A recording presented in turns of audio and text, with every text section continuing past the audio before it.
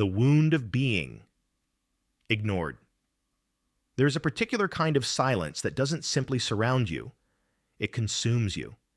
It begins small, like a pause in a conversation that lingers too long, a message seen but unanswered, a glance that looks past you as if you were never there. At first, you brush it off. You tell yourself they're busy, distracted, tired. But as the silence stretches, something deeper begins to stir. Something ancient. Because when someone ignores us, it's not just our feelings that ache, it's our sense of existence that trembles. For thousands of years, to be noticed was to survive.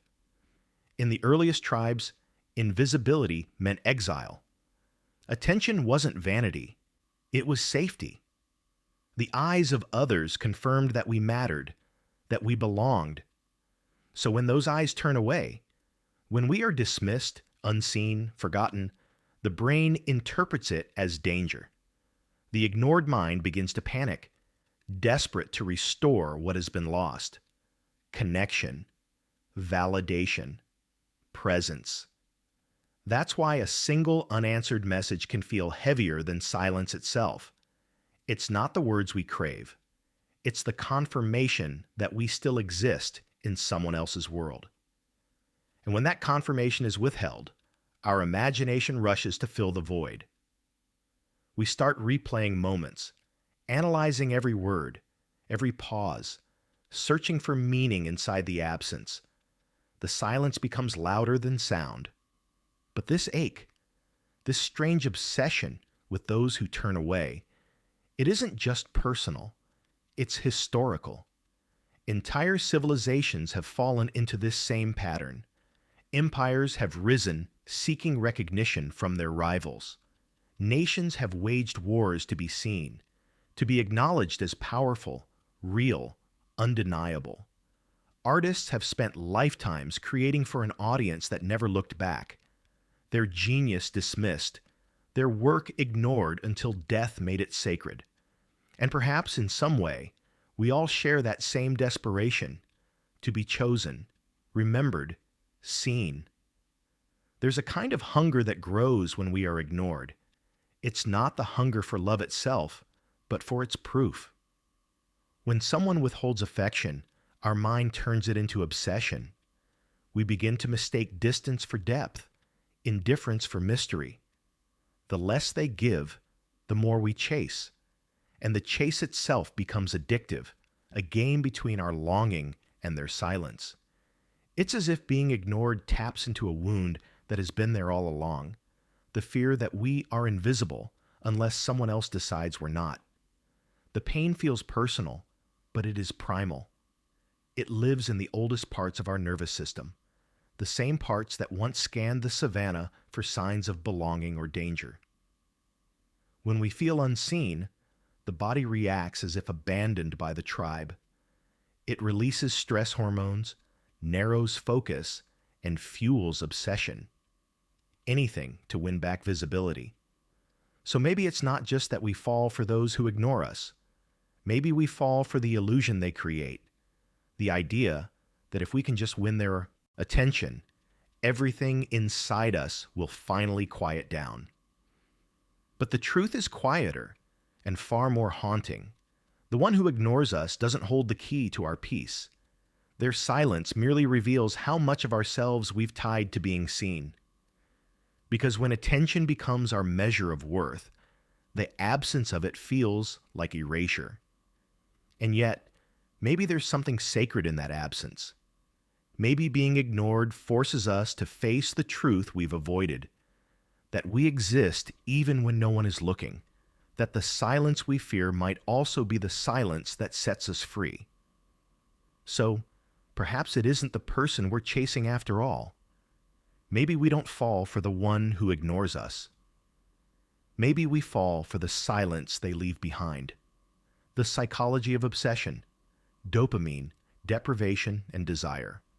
Obsession rarely announces itself. It creeps in quietly, disguised as curiosity, hope, or persistence.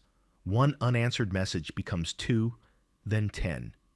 The longer the silence stretches, the more our minds begin to orbit around it. We start checking their profile, replaying their last words, measuring every second of absence as if time itself might reveal a secret. But what we call missing someone is, more often than not, the brain's chemistry at war with uncertainty. Inside our skulls, a delicate network of neurons fires like a slot machine, fueled by the same chemical that drives gamblers, addicts, and dreamers: dopamine. This isn't the chemical of pleasure, as many think. It's the chemical of anticipation, of wanting. It thrives not on satisfaction, but on the tension between hope and denial. When someone gives us affection inconsistently, when their warmth flickers like a faulty signal, our brains enter what psychologists call intermittent reinforcement. Sometimes we get the reward, a smile, a reply, a brief touch of attention. Other times we get nothing. The unpredictability keeps us hooked because our dopamine spikes not when the reward comes, but when it might come. B.F. Skinner, a behavioral psychologist, discovered this through his experiments with pigeons. When he gave them food at random intervals, they pecked the lever far more obsessively than when rewards were predictable. Replace the lever with a phone screen, and we're not much different. The one who ignores us becomes the lever. The potential for attention, not the attention itself, is what keeps us returning. Every time our phone buzzes, our heart jumps. Every story they post, every unread message, becomes a potential hit. The brain releases a burst of dopamine, not because we are rewarded, but because we might be. And so we fall not in love with the person, but with the pattern of uncertainty they create. This intermittent pattern mirrors the very essence of addiction. We chase, not because we are fulfilled, but because we are deprived. The deprivation keeps the system alive. If the person we desire were to suddenly give us everything, constant, validation, unwavering affection, the chemical storm would quiet. And the quiet, ironically, feels like loss. It's a strange paradox. Certainty feels safe, but boredom kills desire. Uncertainty feels painful, but it keeps the spark alive. The one who ignores us, whether intentionally or not, manipulates this ancient circuitry, triggering the same pathways used by casinos, social media apps, and political campaigns. In love and society alike, scarcity creates value. We desire what is withheld. The rare, the distant, the unavailable, these become symbols of worth. The less accessible something is, the more our minds inflate its significance.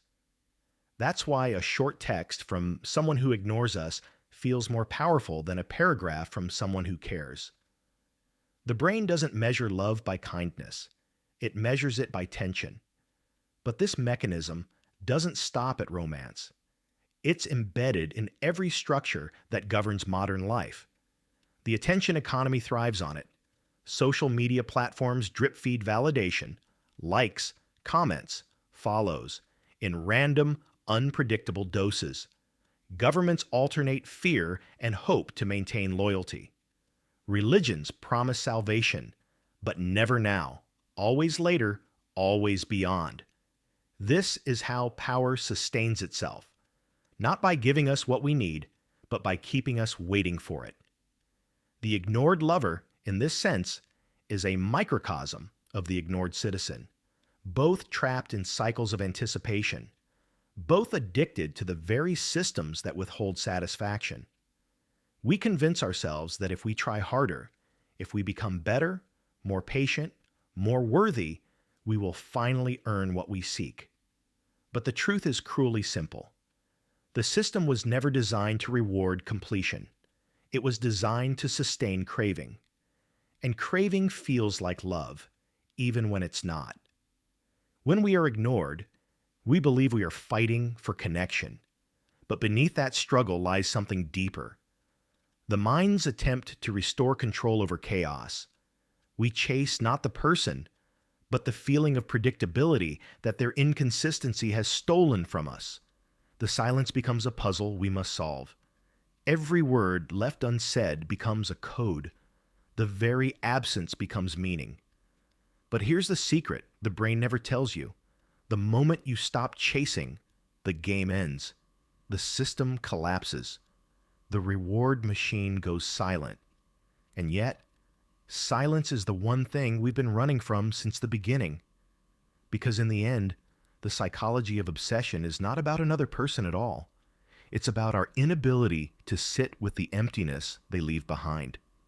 We chase, we crave, we suffer, not because they are extraordinary, but because they awaken the oldest part of our brain, the one terrified of stillness, of being left with nothing but itself.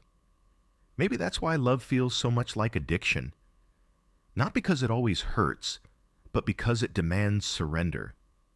And perhaps what we call love is sometimes just the mind's desperate attempt to win back control over uncertainty. The shadow of rejection, childhood, ego, and the need to be chosen. Every obsession begins as a wound, but not the one we think. The person who ignores us may trigger the ache, but the pain they awaken is far older than them. It reaches back to a time before we had words for loss, before we understood what love even meant. It reaches back to childhood. When we are children, love is not just affection, it's air. We depend on our caregivers not only for food and shelter, but for our sense of self. A smile from them affirms our existence. Their touch teaches us we are safe. But when that love is inconsistent, when affection arrives in unpredictable waves, when warmth turns suddenly to coldness, the child learns a dangerous lesson, that love must be earned. Psychologists call this anxious attachment. The child becomes hyper-attuned to the moods of others, desperate to keep love alive by anticipating rejection before it happens. Each ignored glance, each delayed response becomes a threat to survival, and so the child begins to mold themselves, quieter, nicer, more accommodating, always adjusting, always seeking approval. Years later, that same pattern returns in the guise of romance. We meet someone who is warm one moment, distant the next, and something deep within us recognizes the pattern, not as danger, but as home. We don't fall in love with the person. We fall into familiarity.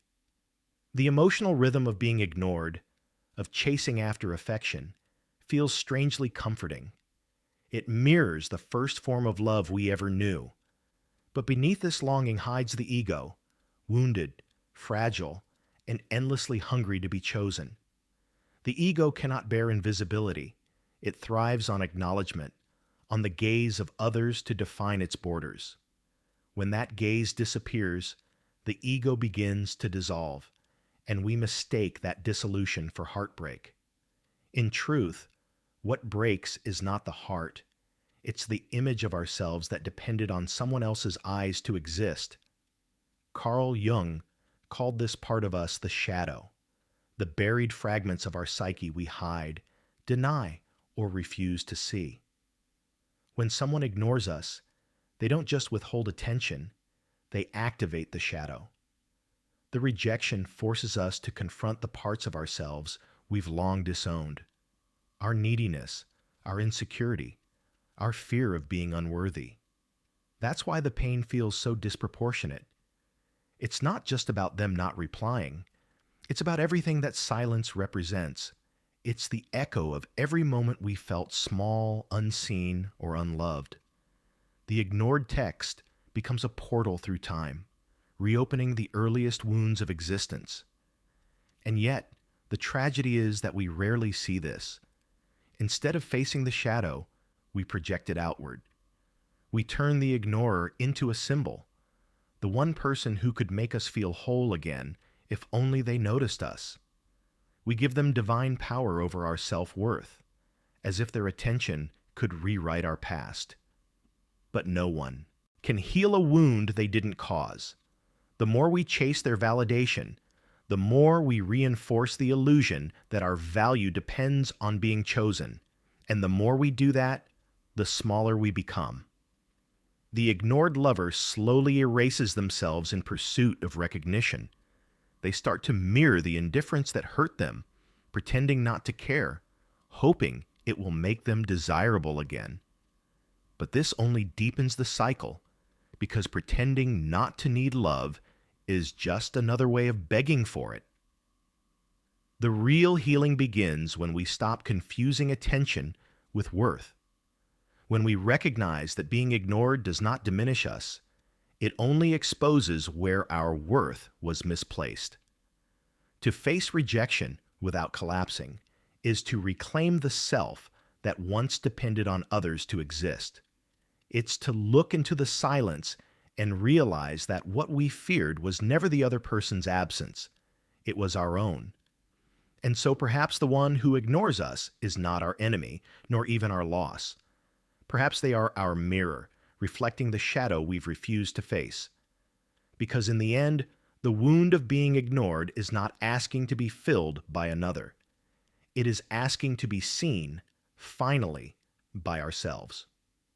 The cultural mirror: power, attention, and the architecture of desire. The personal wound of being ignored doesn't just exist inside the individual. It exists inside entire civilizations. Because the world we've built, the culture we inhabit, thrives on attention as its highest currency.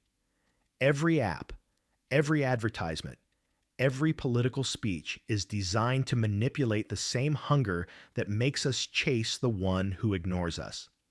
Society has learned what lovers have always known, that the most effective way to keep people obsessed is to keep them waiting. In the digital age, attention has become the new form of power. The fewer you give it, the more you seem to possess. The more you withhold it, the more people crave it. Celebrities, influencers, corporations, all operate on the same psychological principle of scarcity. We live in a world where indifference is status and availability is weakness. Look closely, and you'll see this everywhere. The influencer who rarely posts gains mystique. The brand that limits access becomes a symbol of prestige. Even the politician who remains silent during crisis commands more speculation, and therefore more attention, than the one who speaks constantly. We have turned detachment into a form of dominance. The architecture of modern desire is built upon this tension. We scroll through endless feeds not because we are fulfilled, but because we are almost fulfilled. The next video, the next update, the next notification, all promise meaning, but deliver only fragments. It's the same logic that governs unrequited love. The illusion of almost keeps us captive. This is not accidental, it's design. The systems that govern our lives, media, markets, politics, all exploit the same neural vulnerability that governs romantic obsession, intermittent reinforcement. They give just enough to keep us hopeful, but never enough to set us free. Social media platforms, in particular, are master architects of this dependency. Every like, every unread message, every disappearing story is engineered to mimic the psychology of desire: unpredictable, uneven, and endlessly renewable. The platform withholds attention the way a distant lover does, ensuring you keep returning for the next hit. And so we chase, not people anymore, but symbols of attention. We measure our worth in views and followers, in the illusion of visibility. Yet beneath it all, we are lonelier than ever, surrounded by connection, but starved of recognition. Philosopher Guy Debord once called this the society of the spectacle, a world where image replaces reality, and appearances become more valuable than truth. In this spectacle, to be seen is everything. To be ignored is annihilation. And so, we build our lives around being noticed, even if it means losing authenticity in the process. But this attention economy is not limited to screens. It is the very language of power. Leaders, corporations, even nations manipulate visibility the same way lovers manipulate affection. The powerful keep their distance, selective, mysterious, unreachable, while the masses compete for acknowledgement. The relationship between ruler and ruled, idol and fan, is built upon emotional unavailability. The less they respond, the more we interpret. The less they explain, the more we believe. We see it in politics, how charisma is often measured not by connection, but by control of presence. The leader who appears rarely, who speaks with calculated scarcity, becomes mythic. Their absence breeds fascination. Their silence is mistaken for wisdom. And perhaps this is why indifference has become the modern religion. We worship what withholds itself from us. We kneel before what refuses to answer. Whether it's a lover, a brand, or a belief system, our devotion is fed by distance. But here lies the paradox. While we chase visibility, the very systems that promise it depend on our invisibility. Our data, our emotions, our time all become invisible labor that sustains the machine. We give everything to be seen by an algorithm that never truly looks back. And so, the same pattern repeats. The individual ignored by the lover becomes the citizen ignored by society. Both long for acknowledgement, and both are kept waiting. The architecture of desire scales up from the personal to the global, turning attention into a tool of governance. In a culture built on scarcity, love itself becomes an act of rebellion.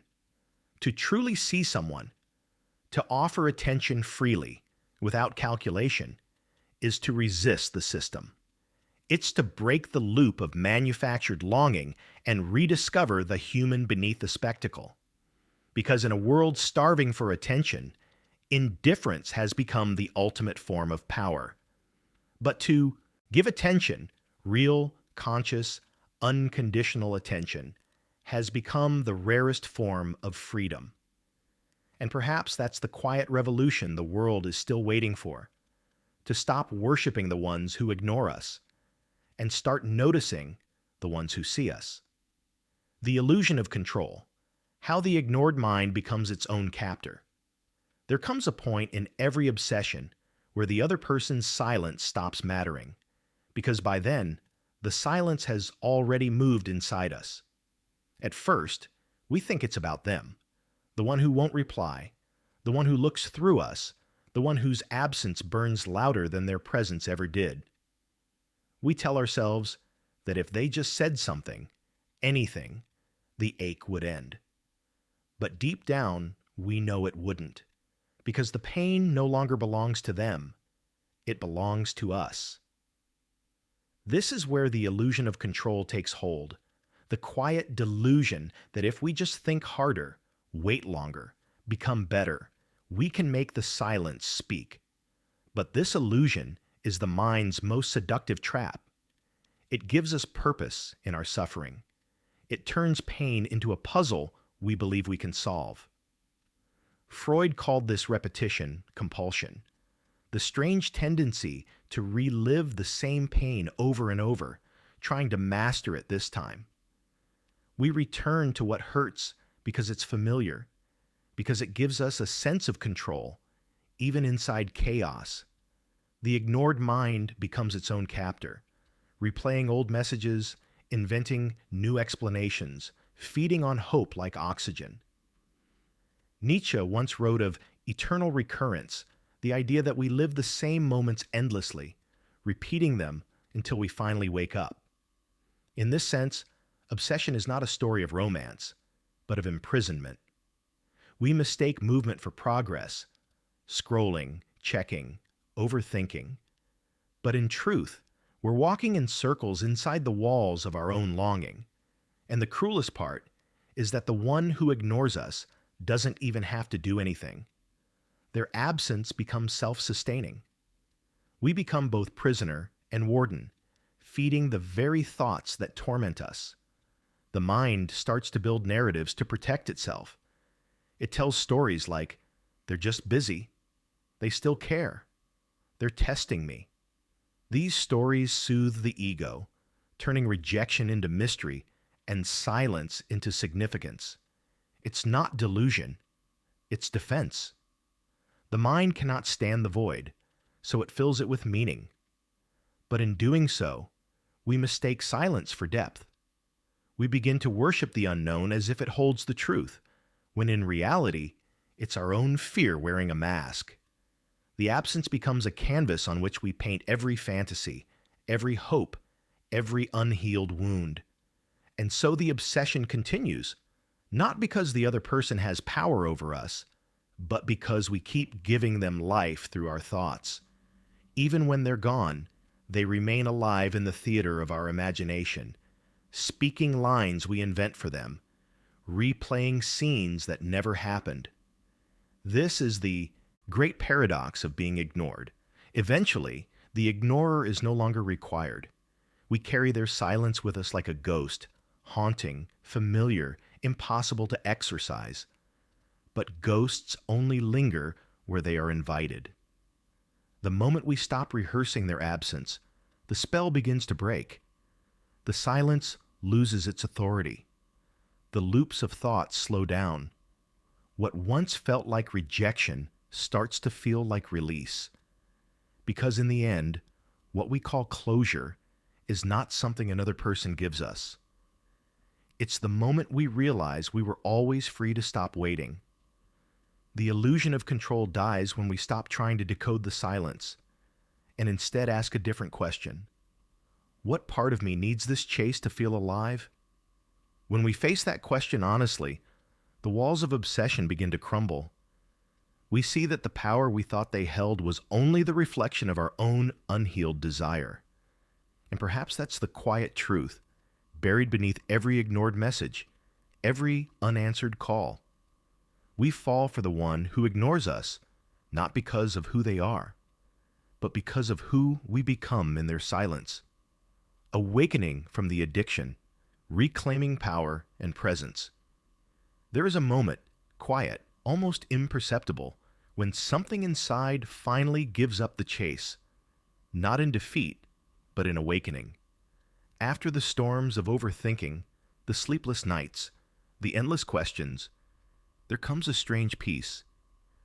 The silence that once felt unbearable now feels still. Empty, yes, but no longer hostile. It's as if the noise inside your head begins to dissolve, and for the first time in a long time, you hear something else, yourself. This is where healing begins. Not in understanding why they ignored you, but in realizing that it no longer matters. Because the truth is, every chase is a mirror. The one who ignores us is not our enemy. They are the lesson. They reveal the places within us that still seek permission to exist. The attention we begged for was never really theirs to give. It was ours to reclaim. In this space of recognition, the dynamics of power shift. The person who once seemed to hold all the cards, the one whose silence ruled our thoughts, suddenly becomes irrelevant. Their distance no longer defines us. Their indifference no longer wounds us. This is the quiet revolution of awakening, to withdraw attention not out of bitterness, but out of clarity, to see that our energy, our focus, our longing, all of it are sacred forms of currency, and that giving them to those who cannot value them is the greatest form of self-erasure. Philosophers have long spoken of detachment, but detachment is not coldness, it is freedom. It's not the refusal to feel, but the refusal to be enslaved by what we feel.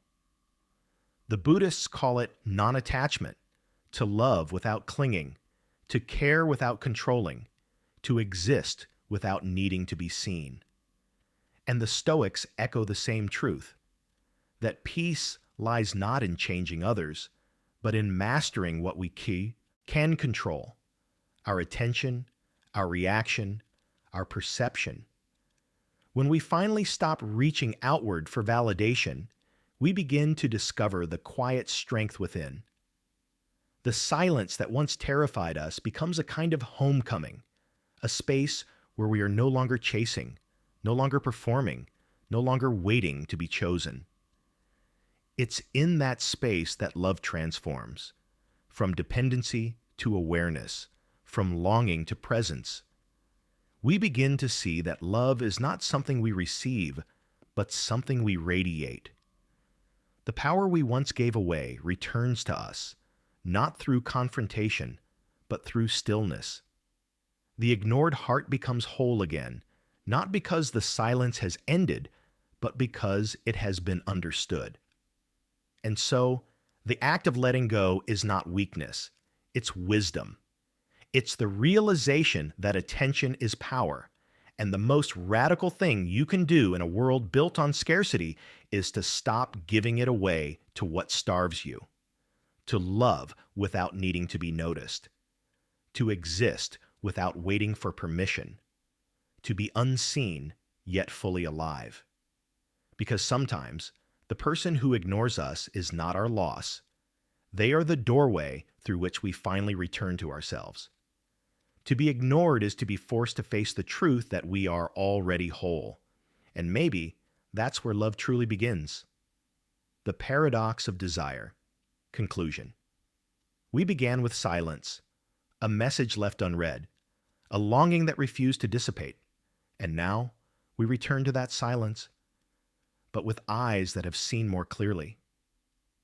The paradox of desire is simple, yet profound. We fall for the one who ignores us not because they are extraordinary, but because absence creates meaning. The human mind cannot resist the tension between hope and denial. It inflates what is distant, mystifies what is unavailable, and worships what refuses to bow. Desire at its core is born from lack. Love is often mistaken for longing, and longing is fueled by the very things we cannot have. The brain does not measure kindness, presence, or warmth as it measures uncertainty, scarcity, and the promise of reward. The one who ignores us becomes more than a person. They become a symbol, the embodiment of a craving that has existed long before they appeared. Yet there is a subtle freedom hidden within this truth. The moment we stop confusing absence with worth, the game changes. The obsession loosens its grip. The cycles of anticipation dissolve. And in that dissolution, a rare clarity emerges. The person who ignores us is never the source of our suffering. They are a mirror, reflecting the parts of ourselves that crave attention, approval, and validation from the outside world. Throughout history, culture has amplified this pattern. Societies, religions, and power structures have understood the intoxicating effect of scarcity. Attention has always been a tool to control, to manipulate, to compel. We are conditioned to chase what eludes us, both in love and in life. Yet within this cultural labyrinth lies the path back to ourselves. The quiet act of reclaiming our gaze, of centering our own awareness, of choosing what deserves our attention. And so, the final revelation is not tragic, but liberating. We don't fall for the one who ignores us because of them. We fall because of the silence they leave behind.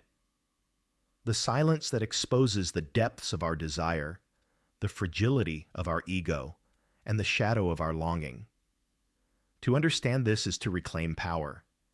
To embrace it is to awaken. To stand in the presence of desire without surrendering to it is the truest act of self-love. Perhaps this is why human hearts have always been drawn to the unreachable, the enigmatic, the absent. Perhaps the chase is not about conquest, but about reflection. The silence of another allows us to confront our own inner void, to see finally who we are when stripped of external validation. And in that confrontation, there is a quiet truth. We are not diminished by being ignored. We are awakened. We are whole. So maybe, in the end, the one who ignores us was never the obstacle. They were the doorway.